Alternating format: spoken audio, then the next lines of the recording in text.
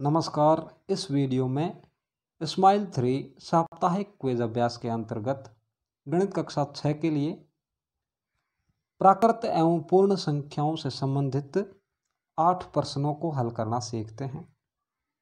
पहला सवाल है, निम्न में से कौन एक प्राकृत संख्या नहीं है? तो एक प्राकृत संख्या है, 2 भी है और 10 भी है। यानी कि सबसे छोटी प्राकृत संख्या होती है 1, 1 से बड़ी 2, 2 से बड़ी 3, 3 से बड़ी 4, 4 से बड़ी 5। इस तरह से सबसे बड़ी प्राकृत संख्या जो है वो हो जाएगी अनंत, जिसे कह सकते हैं। तो यहाँ पर जो है ये 0 प्राकृत संख्याओं में सम्मिलित नहीं है। 0 जो है वो पूर्ण संख्याओं में सम्मिलित है। किसी भी संख्या की अगली प्राकृत संख्या ज्ञात करने के लिए हम उसमें 1 जोड़ते हैं। जैसे 2 के अगली प्राकृत संख्या 2 में 1 जोड़ने से मिल जाएगा 3। तो यहाँ पर जो है प्राकृत संख्या नहीं है पूछा है, तो 0 प्राकृत संख्या नहीं है। तो इस क्वेश्चन का आंसर हो जाएगा चौथा ऑप्शन, 0 प्राकृत संख्या नहीं है। अगला है, 2 छात्राओं ने संख्या 0 का वर्णन इस प्रकार किया है। निशि ने लिखा है यह एक प्राकृत संख्या है, जबकि अंजलि ने लिखा है यह एक पूर्ण संख्या है। अभी हमने बात की कि 0 जो है वो पूर्ण संख्या है, प्राकृत संख्या नहीं है। तो कौन सही है? तो इसका आंसर हो जाएगा अंजलि सही है। अंजलि ने लिखा है कि यह एक पूर्ण संख्या है, यानी कि 0 एक पूर्ण संख्या है। अब अगला सवाल, निम्न में से कौन एक प्राकृत संख्या और एक पूर्ण संख्या दोनों है? जैसे 0 जो है वो पूर्ण तो है लेकिन प्राकृत नहीं है, लेकिन 1 जो है वो प्राकृत भी है और पूर्ण भी है। 1/10 ये परिमेय संख्या है और -10 ये है पूर्णांक। तो इस क्वेश्चन का जवाब हो जाएगा कि 1 जो है वो प्राकृत संख्या भी है और पूर्ण संख्या भी है, यानी कि 1 प्राकृत और पूर्ण दोनों है। तो इस क्वेश्चन का जवाब हो जाएगा पहला ऑप्शन।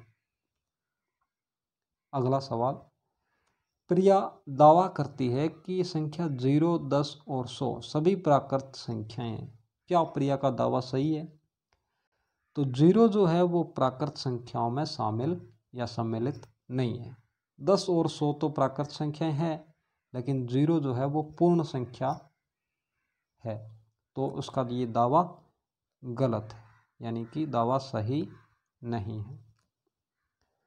अगला सवाल, निम्न में से कौन सा कथन सही है? सभी पूर्ण संख्याएं प्राकृत संख्याएं होती है। पहला कथन कह रहा है सभी पूर्ण संख्याएं प्राकृत संख्याएं होती है। यह कथन है गलत, क्योंकि 0 जो है वो पूर्ण संख्या है लेकिन प्राकृत नहीं है। तो पहला कथन गलत हो जाएगा। दूसरा है सबसे छोटी पूर्ण संख्या 1 है। यह भी गलत है, क्योंकि सबसे छोटी पूर्ण संख्या है 0। कोई भी प्राकृत संख्या एक पूर्ण संख्या नहीं है। कोई भी प्राकृत संख्या एक पूर्ण संख्या नहीं है। जैसे बात करें 2 की, 3 की, 100 की, तो ये तीनों प्राकृत संख्याएं भी है और पूर्ण संख्याएं भी है। तो तीसरा ऑप्शन भी गलत है। 0 ही वह अकेली पूर्ण संख्या है जो एक प्राकृत संख्या नहीं है। 0 एक अकेली पूर्ण संख्या है जो प्राकृत संख्या नहीं है। चौथा विकल्प सही है, बाकी तीनों गलत है। अगला सवाल, निम्न में से कौन या इनमें से कौन सही नहीं है? सभी प्राकृत संख्याएं पूर्ण संख्याएं हैं, सही है ये। सभी पूर्ण संख्याएं प्राकृत संख्याएं हैं, नहीं। दूसरा ऑप्शन सही नहीं है, क्योंकि 0 पूर्ण संख्याओं में सम्मिलित है और वो प्राकृत संख्या नहीं है, यानी कि ये सही नहीं है। शून्य सबसे छोटी पूर्ण संख्या है, सही है ये। और संख्या एक सबसे छोटी प्राकृत संख्या है, यह भी सही है। तो हमें पूछा है सही नहीं है, तो जवाब हो जाएगा दूसरा ऑप्शन। अगला सवाल, 45 और 70 के बीच कितनी पूर्ण संख्याएं हैं? 45 और 70 के बीच,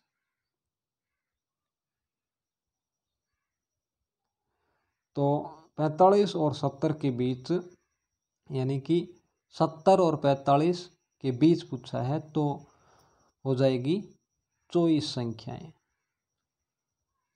70 में से 45 घटाने से 25 और 70 को शामिल नहीं करना है, इसलिए इसका ऑप्शन हो जाएगा चौथा उत्तर। अगला सवाल, दी गई संख्या रेखा पर कौन पूर्ण संख्या 27 को व्यक्त करता है? यह लिखा है 25, पी पे आ जाएगा 26, क्यू पे 27, आर पे 28 और एस पे 29। तो 27 को व्यक्त करने वाला बिंदु है क्यू, तो इस क्वेश्चन का जवाब हो जाएगा दूसरा ऑप्शन। तो इस तरह से हमने साप्ताहिक क्विज अभ्यास को हल किया। वीडियो देखने के लिए धन्यवाद, और अगर ये वीडियो आपको अच्छा लगा हो तो इस वीडियो को लाइक एवं शेयर एवं हमारे YouTube चैनल को सब्सक्राइब ज़रूर करें। धन्यवाद।